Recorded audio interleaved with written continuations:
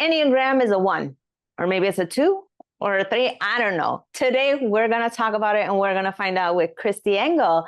This is Mindset Matters More. And let me tell you all about Christi.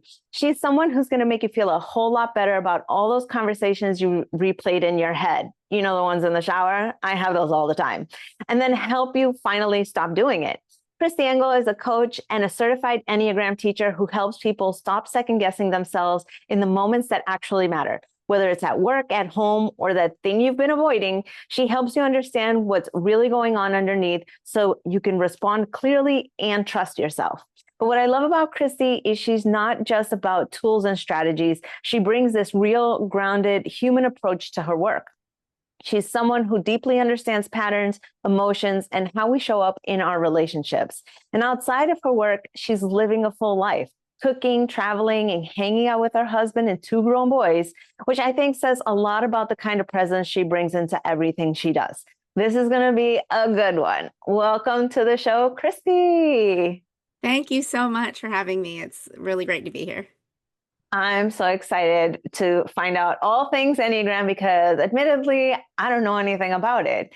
But I feel like, and we're just going to dive right in. I hope that's okay. Perfect. So I've seen all these tests online. Like, what's your Briggs-Meyer? What's your Enneagram? What's your what mermaid are you? Like, we can find all these tests online. But what does it mean? Like, what are these tests actually trying to quantify or demonstrate to us? Yeah, that's such a good question, and it's super relevant. When I talk to groups, I always make sure to mention this because what I really feel strongly about is we don't just need another label or another box to put ourselves in. That's just not interesting to me. I don't care to use this tool for in that way. The problem is it does get used in that way. And so part of my work with the Enneagram is to reintroduce to the people that I'm speaking to about it, just bring it back to its roots and reintroduce why it's a really vital tool, and the impact that it can have. Its impact is not in what number you are. Its impact is in recognizing your patterns and importantly, recognizing your motivations behind your behaviors so that now that I know what I'm doing and importantly, why I'm doing it, I can recognize the impact I have and I can adjust in the areas that I'm having an impact I don't want to have. And I think it's so important because rather than being a label, it becomes a launching pad. It becomes a device for, okay, how can I maneuver with flow, with ease, knowing that this is how I am, rather than working counter to what your innate nature is. I mean, I've been known to be like, well, because I'm a Capricorn and put myself into that box. But then that's very limiting. That's very no, this is what I am. This is what I will always be. And this is the only way I can operate, rather than using that as a way to pivot, as a way to explore more. For sure. It's one of the reasons, as a person who's done a ton of self-study around personality and themes of personal development, and I have an undergrad related to counseling, I have done different tests over the years. The reason the Enneagram really has stuck with me is because it's not just for the purpose of labeling, it's for the purpose of, so what now? So I think of it as like the map at the mall that has like a "you are here" symbol, and then you can see the map as a whole. The Enneagram is a map for human interactions, behaviors, and patterns. And so the number tells us you are here. And it gives us a pretty predictable indicator for the ways that we react in stress or the ways Mm. that we respond when we're feeling safe and secure in relationships. And then it also shows us potential pitfalls and a growth path. And it says, so this is the way you typically respond. Here's where that's causing issue in relationships and where you can go from that. And importantly, it's not just data for me from a textbook. It's been implemented deeply in my life, and I've seen its impact in my personal and professional relationships. Let's talk more a bit about that. So how has it impacted you? Like what, again, I'm very hesitant because I feel like, you know, as a coach, I have 1,000 tools and I can also fall into that trap of, oh, this is how you have to navigate. But like, what does that mean to actually implement something into your life and to integrate it? And I would love to hear your take on that. Two examples quickly spring to mind. So the first is around parenting. It has really revolutionized my parenting. I have two grown boys. For people familiar with the Enneagram, my oldest identifies most closely with type 5. Self-preservation, if that language means anything to you. I call him the fiviest of the fives because he is highly introverted, highly uh, methodical and analytical, and really he will in a withdrawal pattern. So what that looks like is he is quick to be a bystander and observe life rather than jump in and get engaged. Mm, High keen observational skills, analytical skills, and what he leaves behind then in those like awesome skill set is what gets left off the table is sometimes emotional connection mm, or attunement. So he can look or appear highly aloof to other people. Other people are like, oh, I just want to like crack his shell. I just want to make him smile. I just want to engage him. And he's like his natural bent is to pull back. And so you might see how that could feel problematic in relationships for people around him who are wanting to connect with him and feeling like that's hard work all the time. And it, to be fair, it is. But also knowing that about him as his mom, who leads with warmth and who wants like to bring my babies in and like connect with them. Um, Knowing that allowed me as a parent to say, but how I can best connect with him is meeting him at that mm, place. So what that might look like practically is I'm not just gonna walk into his space and be like, hey, I just had a question. That feels intrusive to him. So what I'll do is what I did do was I had a conversation with him and I said, hey, question, if I need something from you randomly in a day, I'm not gonna just barge into your space. Would it be most helpful if I send you a text and I said, hey, I'm downstairs, I have a question, pop down when you have a minute, or just come up and knock on your door? Which would you prefer? And just that question lets him know, I see you, I care about mm, what you need, and I'm willing to bend what I need and want uh, because it matters to me that I connect with you more than it matters that I lead with what I want. He responded with surprisingly, I thought he was going to say, just send me a text and I'll come down when I get a minute. He said, no, you can just knock on my door. And I was like, awesome. Now that I know that, that's what I'll do. And it was just a really connecting moment. And that's just a super practical way that I engaged the Enneagram. And then the other is I have my best friend is like opposite on the scale for me. We often joke that it's so funny that we've been friends for 23 years now because we operate very differently. In general, my type of personality rubs up against hers in a negative way, and in general, her type of personality kind of turns me off. Somehow we connected forever ago, and the Enneagram really helped us. We learned it together actually in a small group, and it really helped us to understand each other's differences and why she's coming at problems and issues the way she is and why I am. And we've just had a ton of laughs over those differences rather than letting them become irritation points.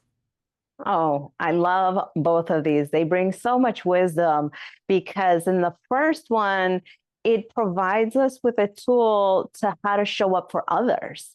Because when we know, we can then say, oh, they need this from me, and I can show up for them in a way that makes sense rather than assuming that they're going to understand me from my, like, love languages. Like, how do we respond to love? How do we respond in communication? Like, we're all speaking different languages. And I was just saying this the other day. It is a wonder anybody can communicate with one another because the way I say it, how I say it, when I say it, like my body language, my tonality, all of this is coming through and what I think I'm saying with all the experiences that I've had. And then it has to go through the filter of everything you've experienced. How did you interpret it? What did you hear? What's the tone you heard? What's my body position to you? And all these different things that like, how do we do this? But like being able to be proactive because we understand, using this tool, like, oh, okay, this person might need me to just ask this question, and it could absolutely change the dynamic between two people. 1000%.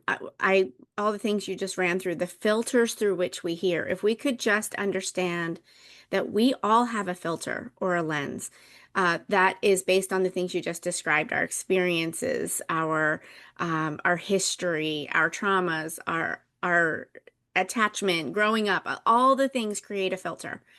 And I'm wearing my filter and you're wearing your filter. And what that means is that intent does not always equal impact. So Mm, the way I say something is not necessarily how it landed with you. And if yeah, I can just introduce a bit of humility around that, that yeah, uh, it's not about what I meant to say, but how you heard it, and recognize that difference. That's the magic that the Enneagram brings, is it helps me to understand your filter a little bit more and mine. And what I yeah, found in engaging the practice of the Enneagram is that it allowed me to first have a little bit of self-compassion, and then it allowed me to have compassion for others. And that connecting point meant that I can um, get the impact that I want to have with other people.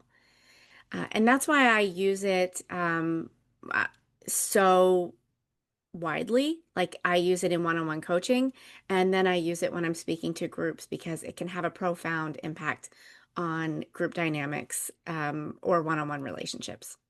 Oh, speak more about that because it would seem like, I don't know how many different Enneagrams there are. I'm assuming 9 because of the number. And but how would you be able to navigate an entire group with this system? How would that come into play?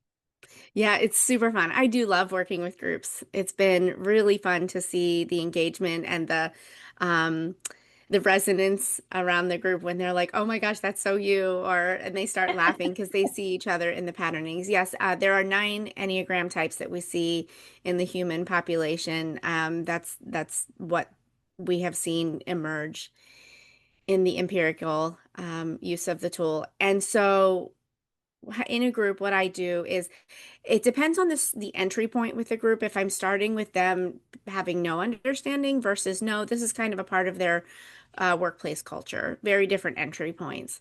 I recently worked with a group that they had done some Enneagram training a couple years ago. Many of the people on staff were at least vaguely familiar with the language. Some actually knew their types and worked with it. And then they had a few more people that they had brought on recently that didn't. So I had a little bit of a span. So the starting point there was we started with a good Enneagram test, and I would put a little asterisk around Enneagram test.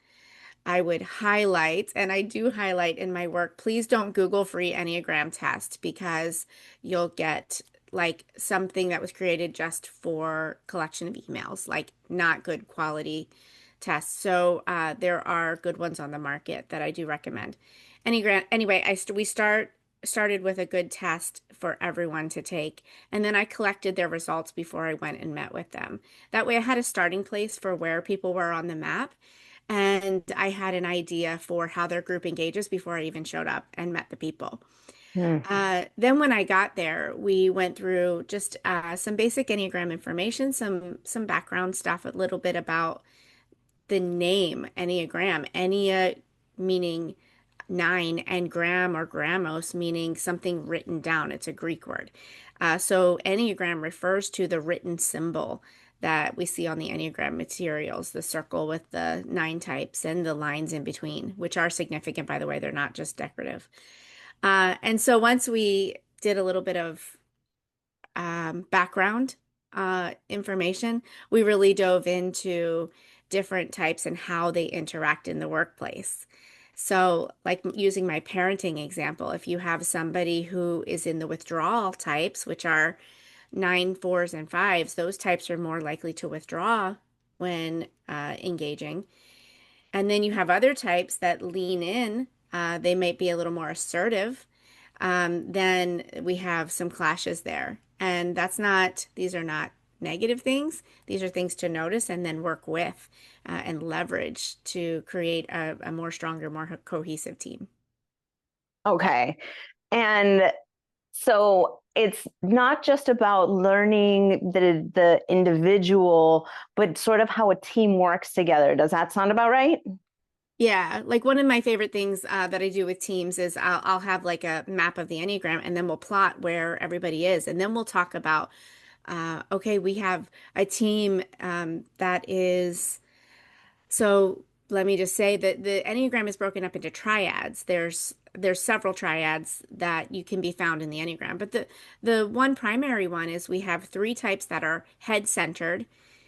They take in information through the head processes, thinking, planning, discerning, um, problem solving in the head. Then we have three that are heart centered, and they're the feeling types. So they're connected and empathizing and connecting from a feeling center. And then we have three that are in the body or gut centered. So they're Mm. very gut forward. They're very intuitive in their body. When we plot those on the Enneagram map, and if we had a team that was like highly head centered, then we could see, okay, what parts are we missing here? Whose voice is not at the table? How can we include other people to make your team well-rounded so that we can get everyone's Mm. perspective? So, okay, I hear what you're saying is that now we have not only the nine individual ones, but we have them separated from points of entry, like whether it's the mind, body, spirit, right? Now, do you ever find that anybody is just all of them? Like, are we pieces of one here, pieces of one in this other area of our life, or is it like just a specific one that we gravitate towards and we can shift on the other ones? Like, how static is the Enneagram? Is it something that you find? And I don't know, maybe if you have any examples of people who've been multiple or something like that. Yeah, for sure. So, as humans, we have access to all three centers: head, heart, body. The Enneagram just teaches that we are primarily sourced in one. Like as a Mm. six, I am in the head space, so I take in information with my head. I am very busy in my head space. And other types, interestingly, other types not in the head center can also be very busy in their head space. And that would be like a deeper dive lesson. But no, we have access to all three, absolutely. We notice typically that we have like a primary one and a secondary one. And then the third one kind of is just off our radar. It's just not one we engage um, when we're in autopilot habitually. And so just the work is to incorporate, to see it as a resource point, to incorporate some balance and to say, um, if I'm typically starting from a head place and I'm running through scenarios in my head, if I'm in conflict with someone, I might be thinking, um, we have a hard conversation coming. They're going to say this, and then I'm going to say this, and I'm rehearsing the conversation in my head. And part of my work would be to say, I've been rehearsing this so much that I haven't been doing anything about it. Okay, Mm. so my gut or body level has been a little bit offline. Now it's time to act. I've done enough thinking, I've done enough planning. Now it's time to act. And it kind of like powers up that third center that has fallen offline. And for some of us, that's feeling. We're not working through our emotions about something. We've tamped those down or we've rushed right past those. For others, it's thinking. I'm not thinking productively. I might be spinning. I might be anxious, but I'm not thinking productive. I need to bring that online. And then for others, it's the doing. I've been thinking and planning and feeling but I haven't been doing anything. And that's how the Enneagram supports all three. I love it. I love it because we can be everything all at once. it's just knowing at which point do we start. It's like, where can we use some more support? Where can we lean into our zone of genius? And how can we incorporate them to create something new and dynamic within us? I love it. Yeah. I want to shift a little bit here and know more about, how did you start getting into coaching? How did you get into facilitating and helping others find all of this out? Or like, what was the genesis of this? Oh yeah, it's a wonderful story. I think it's just my personal journey. I spent well, first I'll say early on, I've always loved teaching. I've always loved personal development. I grew up in a family, as many of us did, that didn't really know what to do with our emotions, didn't really have words or language for boundaries or for um, healthy relational dynamics, working through, like we exploded when we were angry. We yelled and then we went away and then time happened and then we just got over it. And I learned as a small child that that felt unsafe to me, like an explosive house or a house that I didn't always know where I would like was a parent having a rough day, and so things would feel explosive and unsafe, or were we okay? I mean, I had a pretty typical and idyllic childhood, but I had parents who didn't know how to talk through and work through their relational dynamics. And so Mhm. I felt, looking back, I would not have I didn't have language for this for a long time, but I felt fundamentally unsafe just because I didn't always know what I was encountering day to day. And as I grew, and how I dealt with that was I became hyper compliant. I was the good girl. I never gave parents or teachers or other adults any issues growing up. It was, I was kept safe if I was quiet, if I flew under the radar. And so that was kind of my MO. That's how I learned to stay safe in a world that didn't feel safe to me all the time. And as I got older, that evolved into feeling like a doormat because I'm always the easy one. I'm always compliant. Who's looking out for my needs? When do I get to say, this doesn't work for me?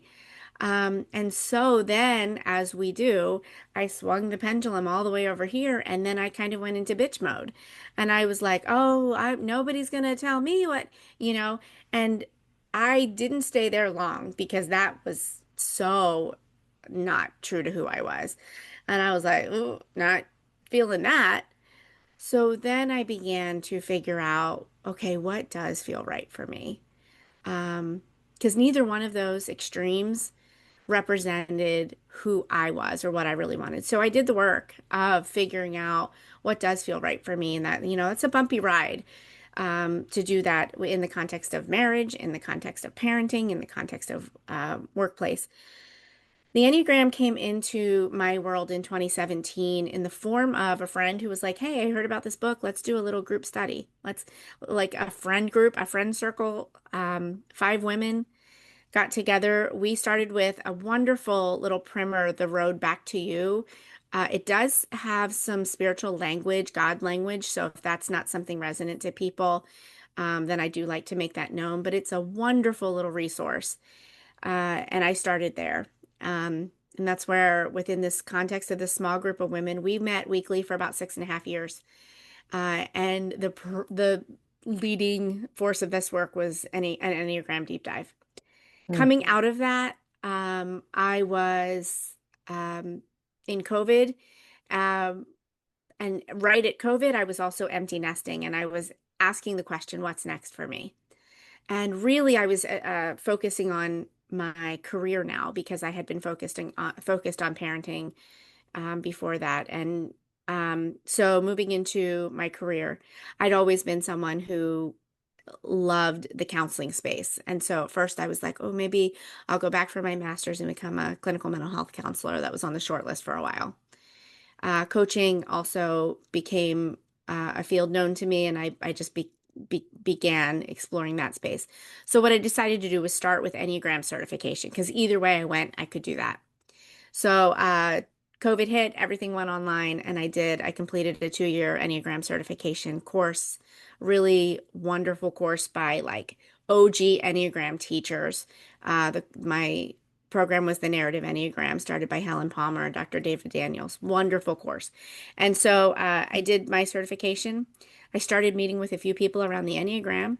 And then I was like, well, I think coaching is I'm already sort of dabbling in this space. So then I went back for my coaching certification and I began building my client base. And that's what brought me to the work today, working with individuals and teams. First, I want to acknowledge, thank you so much for sharing your background and being vulnerable with, the audience and with myself. I think it's really important for people to see how coaches often get started and the story behind it. And I love how it pivots into being able to understand your parents. For me, that has always been crucial, is understanding my parents, where they come from, like what happened with them wasn't my fault. What, the things that I saw and I witnessed, it wasn't me.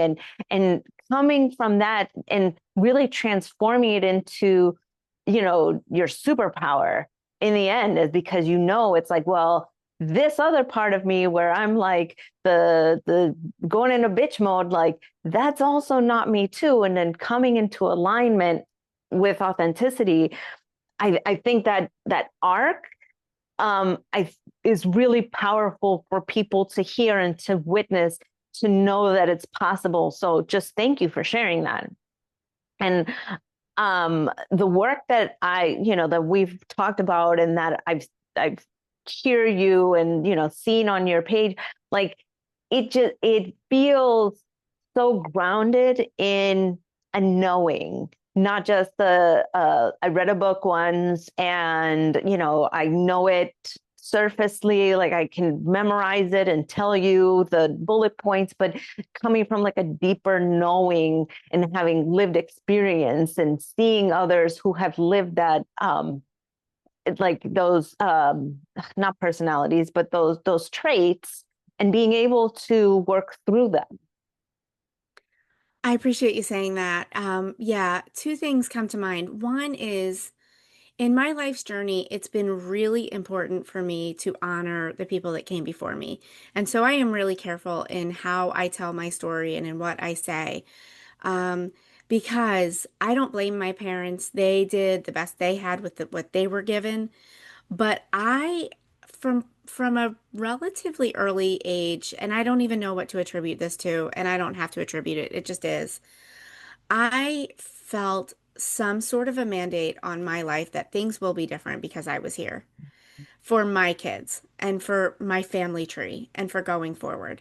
And it was really important for me to heal the wounds that were passed down, that were given. I really feel strongly about that work. And so, um, but I also do that within holding an honor for my parents and for their parents, and for generations back. So that holding both is really important. I both honor them and there is a line here as far as where I'm going.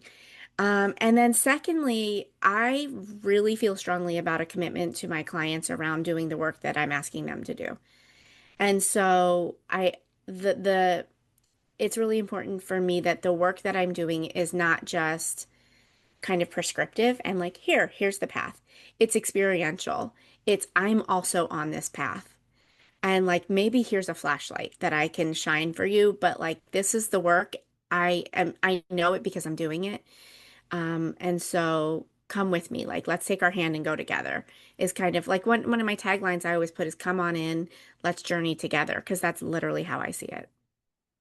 That's way more delicate than the way I put it, because I always say I've been to hell and back. The brush has been cleared because I've been there 1,000 times. So walk with me. Yeah. But it's definitely like holding coaching in the integrity of like, I'm here to do the work also. I'm here to guide you. I'm not here to do the work for you, but I know the way and I can teach you what has benefited me. And you're the embodiment of that. And so I'm grateful to have, to work alongside other coaches just like you. Oh, thank you. I really do believe, I think if you have a coach or a therapist who's not doing their own work, then run.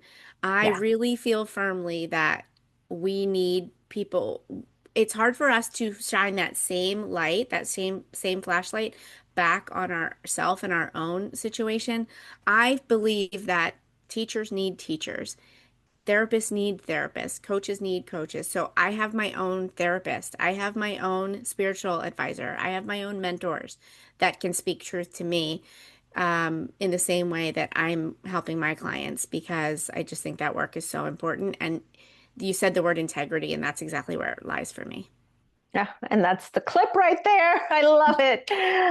Christi, thank you so much for being on the show today. Please let people know what do you have going on, projects, the things that, people can engage with you. How can they contact you? Let them know. Awesome. Thank you for the opportunity. Yeah, so my website is perennialcoaching.com and people can contact me. There's a contact tab. And also, I have a $27 boundaries blueprint that I'm really excited about. It's a 3 day, but it's at your own pace. So it's can be completed in 3 days, but you have the materials. It's a mini course online. You get access to the modules, and it really walks you through. It's a very practical guide that walks you through how to establish some boundaries and be able to let your yes be yes or your no be no without guilt, without second guessing, without regret, and without broken relationships. Because I Mm. know that's important to us. It's important to us to both be able to get a firmer footing in this area, but also not wreck our relationships in the meantime. And this is a really practical guide to walk you through. It's doable, it's snackable, but it's powerful. $27, and you can find that at perennialcoaching.com/boundaries. But Oh, I'd love to connect with any of your listeners. So reach out through my website. I'd love to hear from you. love it. Absolutely love it. Thank you. Thank you. Thank you so much for sharing time, space, and energy with me. This conversation has been amazing. I could talk about this anymore because I want to take this test now. I want to figure out what I actually am rather than the one that was online because that was kind of sketchy. So, with that, guys, like, follow, subscribe. Hit up Christi on her website if you're interested in talking with her about the Enneagram. Love you guys so much, and we'll see you later. Bye.